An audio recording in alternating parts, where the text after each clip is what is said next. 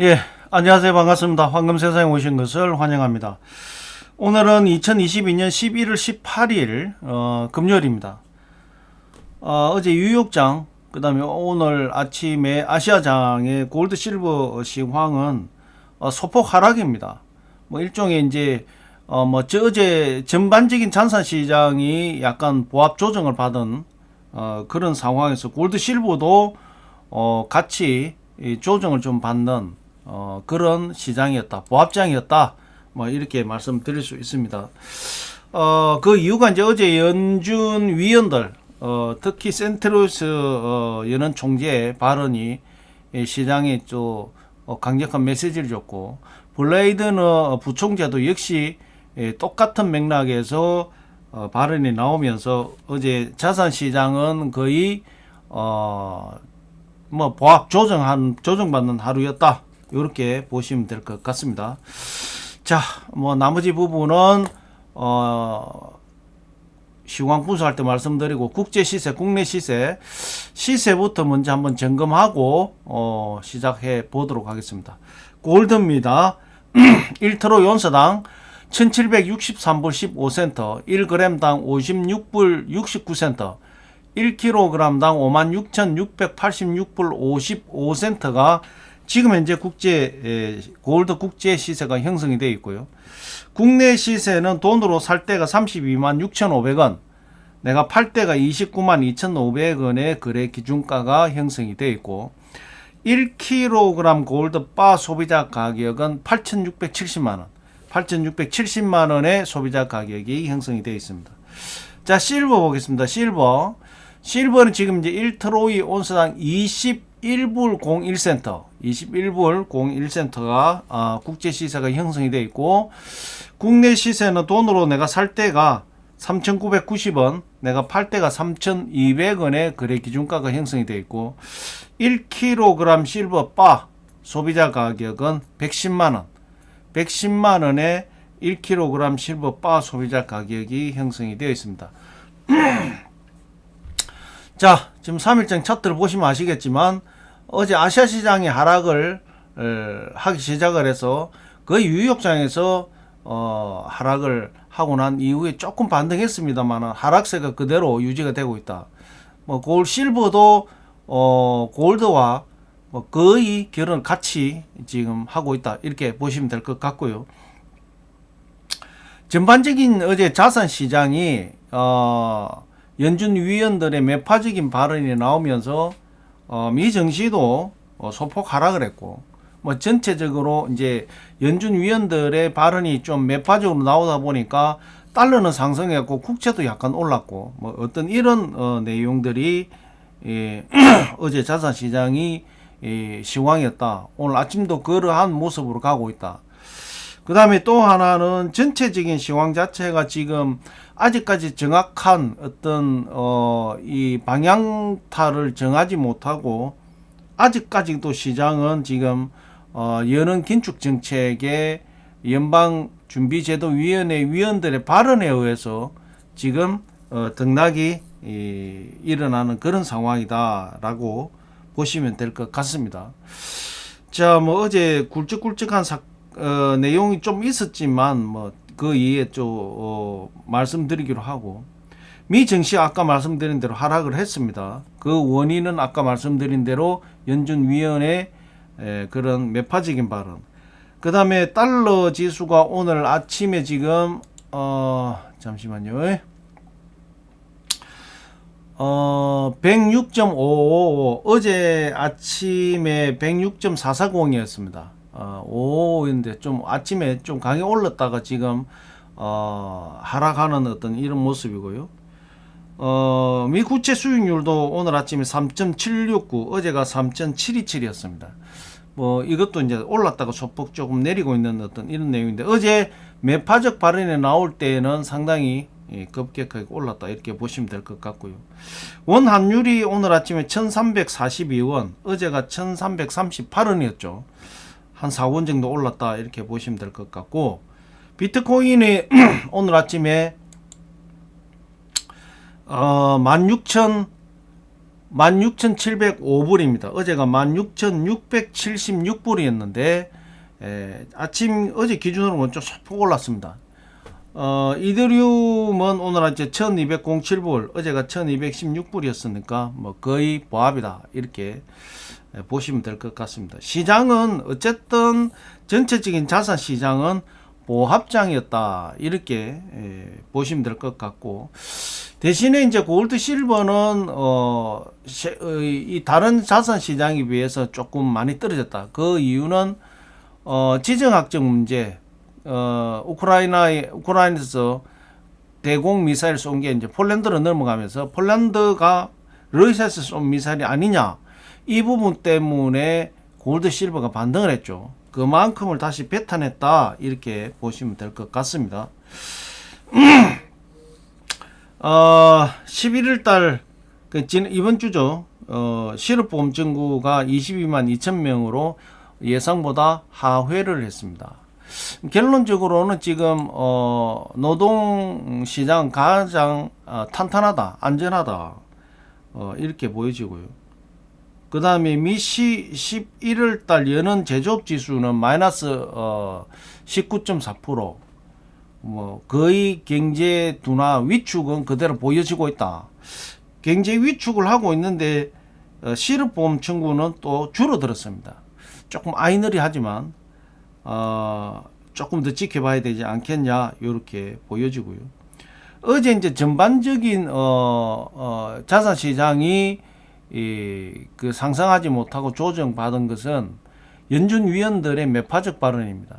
블레이너드 총재도 이제 부총재죠. 한 얘기가 이제 10월 달에 인플레이션이 한 달 꺾인 걸 가지고 정책을 조정하기는 어렵다. 이러한 하락세가 어느 정도까지 유지가 됐을 때에 속도 조정이나 금리 인상 부분을 조정할 수 있지만 한 달 가지고는 지금 판단하기 어렵다. 맞는 얘기죠. 그래서 기존의 한 5%대 금리는 정상 스케줄대로 가는 어떤 그런 내용인 것 같고요. 어제 또 세인트루이스 연방은행 총재가 기준금리는 5%가 아니라 7%대까지도 올려야 된다, 이런 발언을 했죠. 그래서 OS 7%가 최종 이 금리 가이드라인 되지 않느냐, 이렇게 해서 어제 자산시장이 상당히 그 좌충우돌을 했습니다. 그러면서 정시는 소폭 하락을 했고, 전체적인 자산시장은 그 뭐 똑같은 어떤 하락과 반등을 하면서 보합세였다, 이렇게 보시면 될 것 같습니다. 어쨌든 뭐 어제 특히 센트루이스 총재 발언에 의해서 이제 어제 정시 자체가 하락을 했고, 국채는 그 반등을 했었습니다. 근데 결과적으로는 오늘 뭐 아침 기준으로 봐보면 거의 보합이다, 이렇게 보여지고요. 어제 영국에서 이제 그 재정 확충안이 발표됐죠. 88조 원 규모의 재정 확충안이 나왔습니다. 그럼 그 재원을 어디서 만들 것이냐, 국채를 팔 거냐, 그것이 아니라 새로운 세, 횡재세라는 걸 신설하겠다. 어제 이제 예를 들어서 이렇게 인플레이션이 올라가고 국제 유가가 튀고 하면서 뭐 정유사 뭐 이런 쪽에 예상치도 않은 어떤 큰 수익을 남겼죠.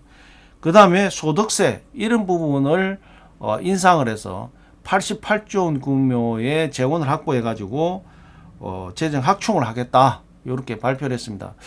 어떻게 봐보면 뭐 영국에서 88조 원 재정 확충을 한다 해가지고 뭐 어떤 영향이 있을까라고 생각할 수도 있는데, 어쨌든 영국의 경제 정책 역시 세계 전반적인 자산 시장에 큰 영향을 준다라는 차원에서 잘 검토를 해야 될 내용이다, 이렇게 보여집니다. 어쨌든 뭐 미국은 한쪽은 긴축 정책 쓰고 한쪽은 뭐 인플레이션 법안이라 가지고 뭐 다시 그 부분을 돈을 푸는데 제조업에 푸는데 미국 돈만 가지고 안 되겠다, 이거죠, 한마디로 말해서. 그럼 너가 미국에 물건을 팔으려고 하면 미국에서 이 제조 시설을 만들어 가지고 미국에 팔아라, 이거죠. 그거는 어떻게 보면 미국 입장에서는 굉장히 좋은 어떤 정책이지만 이제 우리나라처럼 이게 이제 우방국이나 또 미국 경제와 밀접한 연관성을 가지고 있는 우리나라로 입장에서 봐보면 상당히 불리한 입장인데, 뭐 미국 경제 입장을 봐서는 상당히 좋은 거죠. 뭐 코를 풀어야 되는데 한 손만 가지고 풀 수도 있다 이런 얘기입니다. 양손으로 풀어야 되는데 그런 어떤 전략적인 부분을 쓰고 있기 때문에, 역시 이제 미국이 전 세계 경제를 끌고 있는 마당에서 또 한편으로는 논리가 이해가 되지만, 한편으로 우방국인 우리 한국 같은 경우 수출해가 먹고 사는 나라인데 등에 칼을 꽂았다 이런 표현까지 나왔죠. 그래서 투자 약속을 했는데 한국 자동차, 반도체 뭐 이런 거 전체 문제를 삼겠다 이렇게 나온 거죠. 어쨌든 뭐 영국도 88조 규모의 최종 확정안을 만들어서 지금 위기를 탈출하겠다 이런 전략인 것 같습니다. 러시아가 다시 이제 또 우크라이나에 미사일을 쏘기를 시작했습니다. 여하튼 뭐 러시아 내부적인 이제 약간의 변화도 있는 것 같은데, 지금 뭐 언급할 수준까지는 아니더라도 푸틴이 상당히 믿었던 그런 신복이 정치권까지 발을 뻗쳐서 정당도 만들고 뭐 이런 내용이 좀 있는 것 같습니다. 그래서 조금 더 그 부분 지켜봐야 될 것 같고요. 어쨌든 러시아가 우크라이나에 다시 미사일을 재공습을 했다. 이 부분이 이제 유서가 나왔습니다. 그래서 지금 뭐 현장 전장에서는 엄청나게 이제 러시아가 밀리고 있는데, 지금 뭐 돈바스 하나를 아주 이 기존에 있었던 크림 반도 외에는 거의 다 빠지는 이런 모양새가 보이고 있다 이렇게 보시면 될 것 같습니다.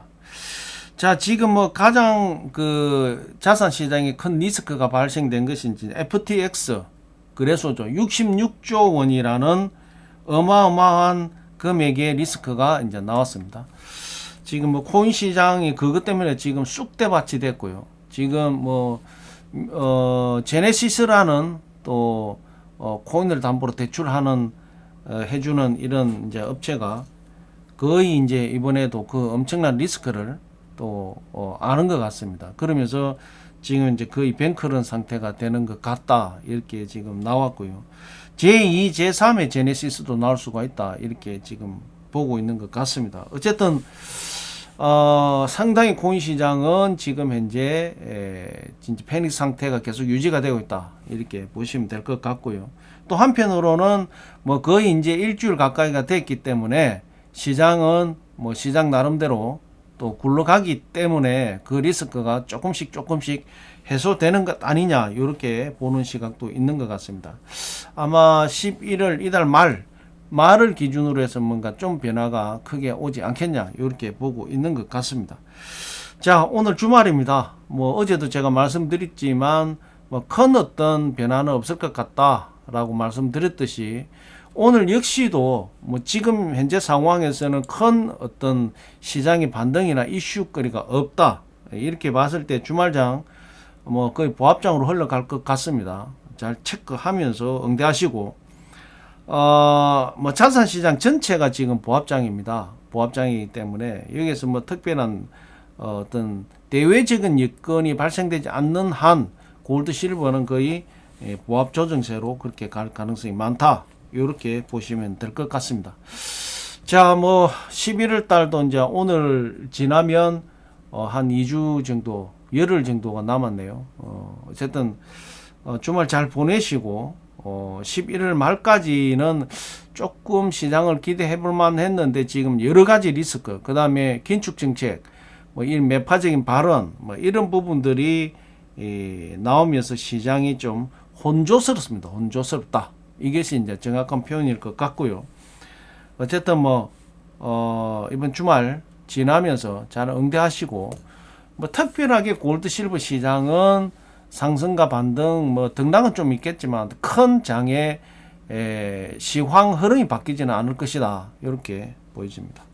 자, 즐거운 주말 되시고 월요일 날 뵙도록 하겠습니다. 오늘 여기서 마무리 하도록 하겠습니다. 좋은 하루 되십시오. 감사합니다.